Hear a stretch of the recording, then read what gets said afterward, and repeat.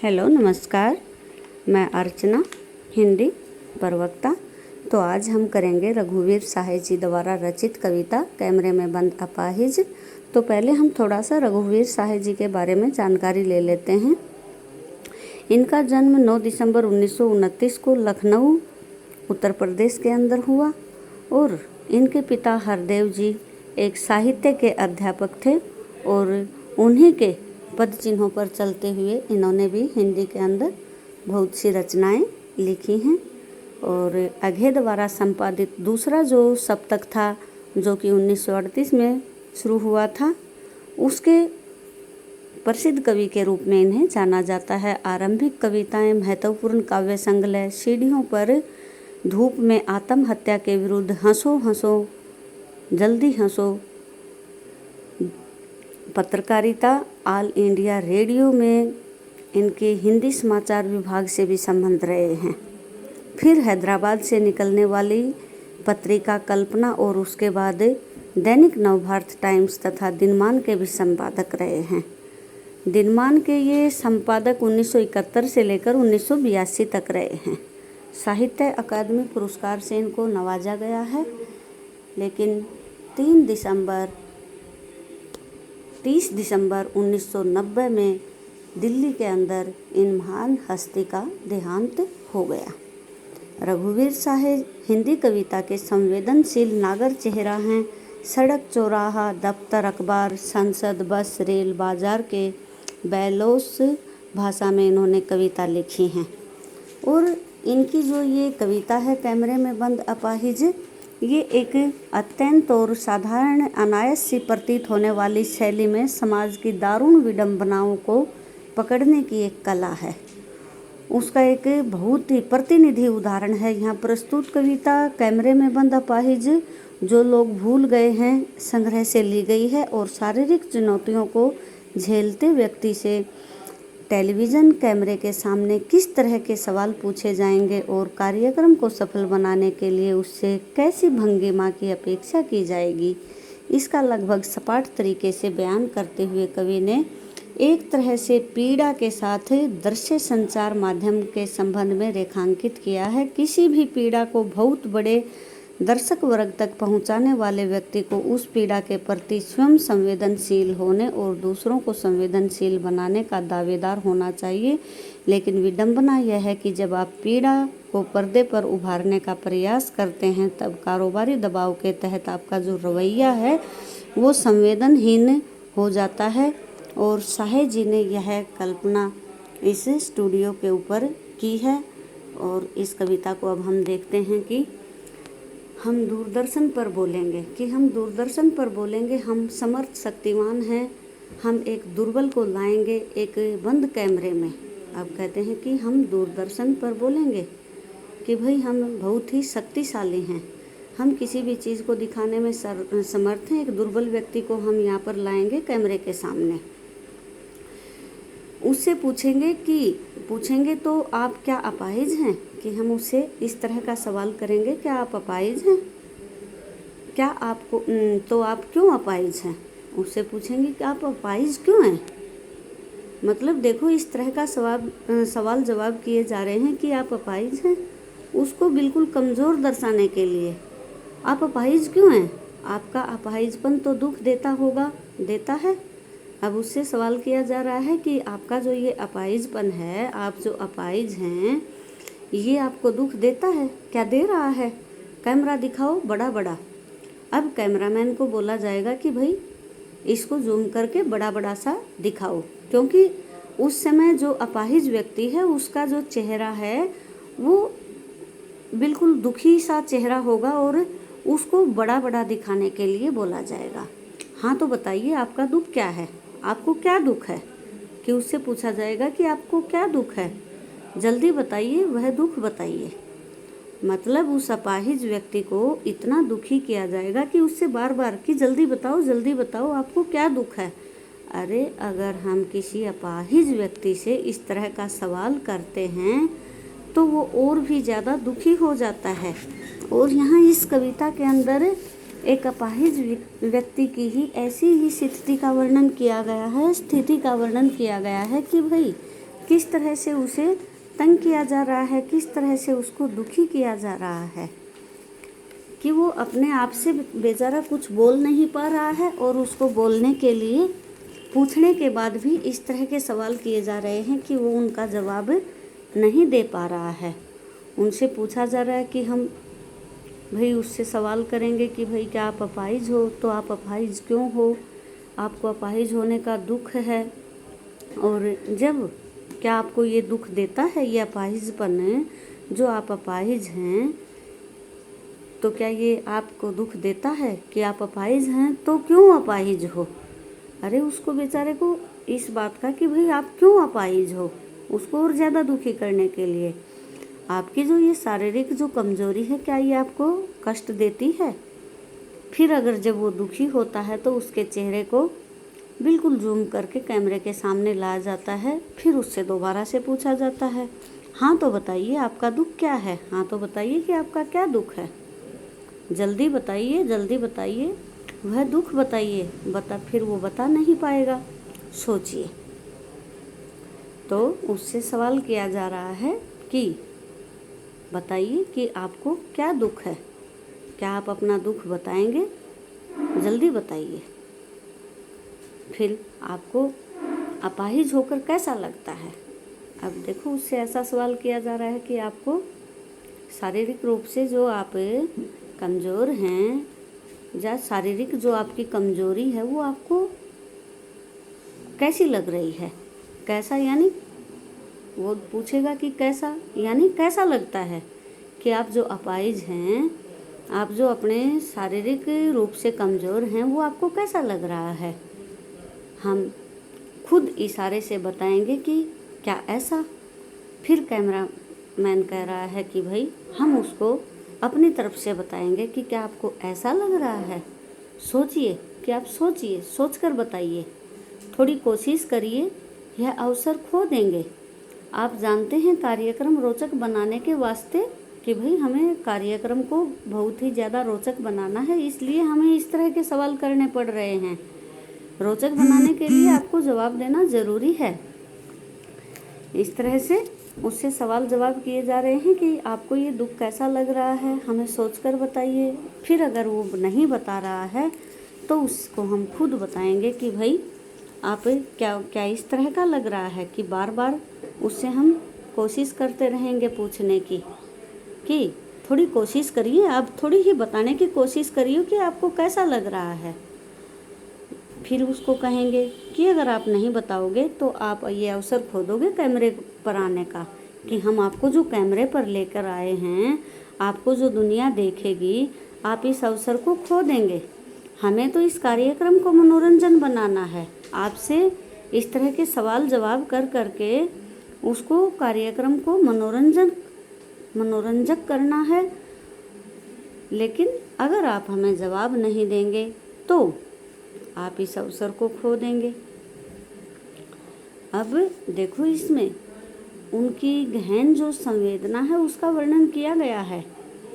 भाषा में तत्सम तद्भव शब्दों का भी अच्छी तरह से प्रयोग किया गया है। भाषा बिल्कुल सरल और सहज खड़ी बोली भाषा का प्रयोग किया गया है, और उसको कार्यक्रम को रोचक बनाने के लिए बार बार उससे इस तरह के सवाल जवाब किए जा रहे हैं। अब कैमरामैन कहेगा हम पूछ पूछ कर उसको रुला देंगे, कि जो टीवी वाले हैं जो कि उसको कैमरे पर लेकर आए हैं, कि हम उससे सवाल जवाब करके उससे बार बार के इस तरह के सवाल जवाब करके उसको बिल्कुल रुला देंगे। इंतज़ार करते हैं, आप भी उसके रो पड़ने का करते हैं, कि जो दर्शक हैं वो भी रोने लग जाएंगे, कि उससे पूछेंगे कि भाई आपको कैसा लग रहा है। कि ऐसा वो बता कर उससे हम पूछ कर अत्यधिक मनोरंजक बनाने के लिए उससे बार बार इस तरह के सवाल पूछकर हम उसको रुला देंगे, क्योंकि वो मन से दुखी हो जाएगा।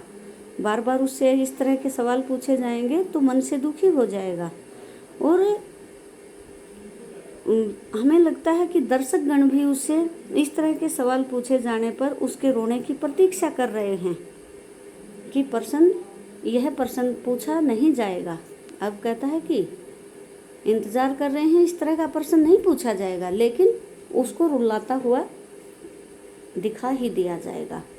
हम फिर पर्दे पर दिखलाएंगे फूली हुई आँखें, आँख की एक बड़ी तस्वीर कि जब वो रोता है तो उसकी आँखें बिल्कुल फूल जाएंगी, आँखें लाल हो जाएंगी और उसकी उन आँखों को कैमरे के सामने बड़ा बड़ा दिखाकर हम दर्शकों को दिखाएंगे।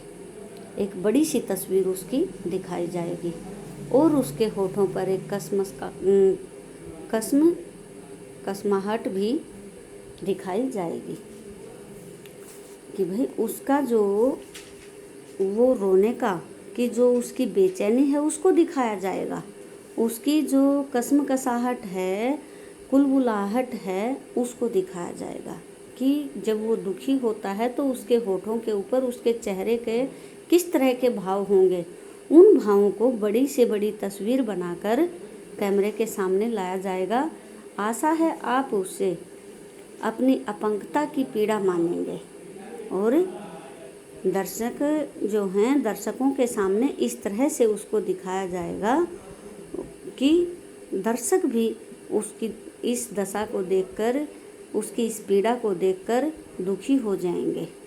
उसकी इस अपंगता को देखकर वो भी बहुत ही दुखी हो जाएंगे कि उसका आंसुओं से भरी जो उसकी तस्वीर है उसको बड़ा बड़ा करके दिखाया जाएगा। कवि का अभिप्राय है कि टेलीविज़न कैमरे वाले अपने कार्यक्रम को सफल बनाने के लिए किसी भी अपाहिज व्यक्ति को बार बार रुलाकर दर्शकों के समक्ष दिखाते हैं और अपाहिज व्यक्ति की आंसुओं से भरी जो आँखें होती हैं, उनके आँखों के साथ साथ उसके होठों पर भी जो बेचैनी आई है, उसके मुख के ऊपर भी जो भाव आए हैं उनको दिखाया जाएगा और उनकी फूली फूली हुई आँखों को बार बार बड़ा बड़ा करके उनको दिखाया जाएगा। फिर कि बहुत बड़ी तस्वीर, होठों की कसमकसाहट भी, उसकी बेचैनी जो है, उसके होठों के ऊपर जो बेचैनी आई हुई है उसको भी दर्शाया जाएगा कि आशा है कि उसे भी अपंगता की पीड़ा मानेंगे कि जो उसका मुख होगा, जो दुखी उसका जो चेहरा होगा, उसको भी एक अपंगता का ही भाग माना जाएगा कि वो किस तरह से दुखी होता है। एक और कोशिश, दर्शक धीरज रखिए, देखिए, हम दोनों एक संग रुलाने हैं।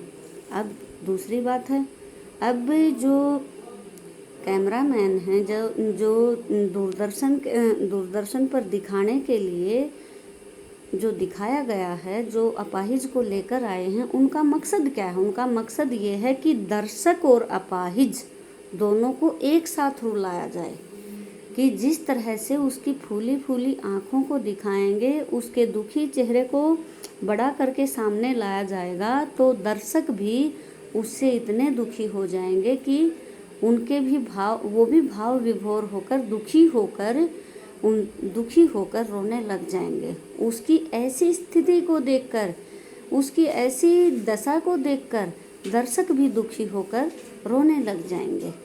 और जो दूरदर्शन है वो अपने आप को इसी में सफल मानता है कि हम जो दिखाना चाहते हैं, हम जो प्रदर्शित करना चाहते हैं, उसके दुख को दिखाना चाहते हैं, उसमें दुखी व्यक्ति और दर्शक, जो अपाहिज है, अपाहिज और दर्शक दोनों को एक साथ रुलाया जाए और आप और वह दोनों कैमरा बस करो, नहीं हुआ, रहने दो, पर्दे पर वक्त की कीमत है, अब मुस्कुराएंगे हम। अब जब उसको इस तरह से रुला दिया जाएगा और दर्शक भी रोने की स्थिति में आ जाएंगे तो फिर कहेंगे कि बस करो, नहीं हुआ, कि अच्छे से नहीं हुआ, रहने दो, पर्दे पर वक्त की कीमत है, कि पर्दे के ऊपर समय की कीमत है। और फिर इस तरह से जो दर्शाने वाले हैं, कैमरामैन हैं, वो अब मुस्कुराएंगे, क्योंकि वो अपने काम में सफल हो जाते हैं। जो उन्होंने जो भावना दिखानी थी वो दिखा चुके होते हैं। अब दर्शक गण से आग्रह करते हैं कि आप धैर्य रखिए कि हम एक प्रयास करके समक्ष अपाहिज की जो पीड़ा है उसको दिखाएंगे। और वे कहते हैं कि इस तरह से अपाहिज की वेदना का जो चित्र हम दिखाएंगे जिससे कि आप दर्शक और वह अपाहिज दोनों एक साथ साथ रोने लग जाते हैं। इससे कवि का अभिप्राय है कि दूरदर्शन वाले बार बार किसी अपाहिज व्यक्ति की पीड़ा को दिखाकर दर्शकों को रुला देना चाहते हैं और उनका जो आखिरी जो मकसद है वो यही है कि दर्शक और अपाहिज दोनों एक साथ रोएं, उसकी दुर्बलता को दर्शकों के सामने दिखाया जाए और फिर बाद में समय की कीमत का बहाना बनाकर उसको वहीं पर रोक देंगे। और इस कार्यक्रम को बंद होते ही दर्शकगण भी हंसने मुस्कुराने लगेंगे और जो कैमरामैन हैं वो भी हंसने मुस्कुराने लगेंगे।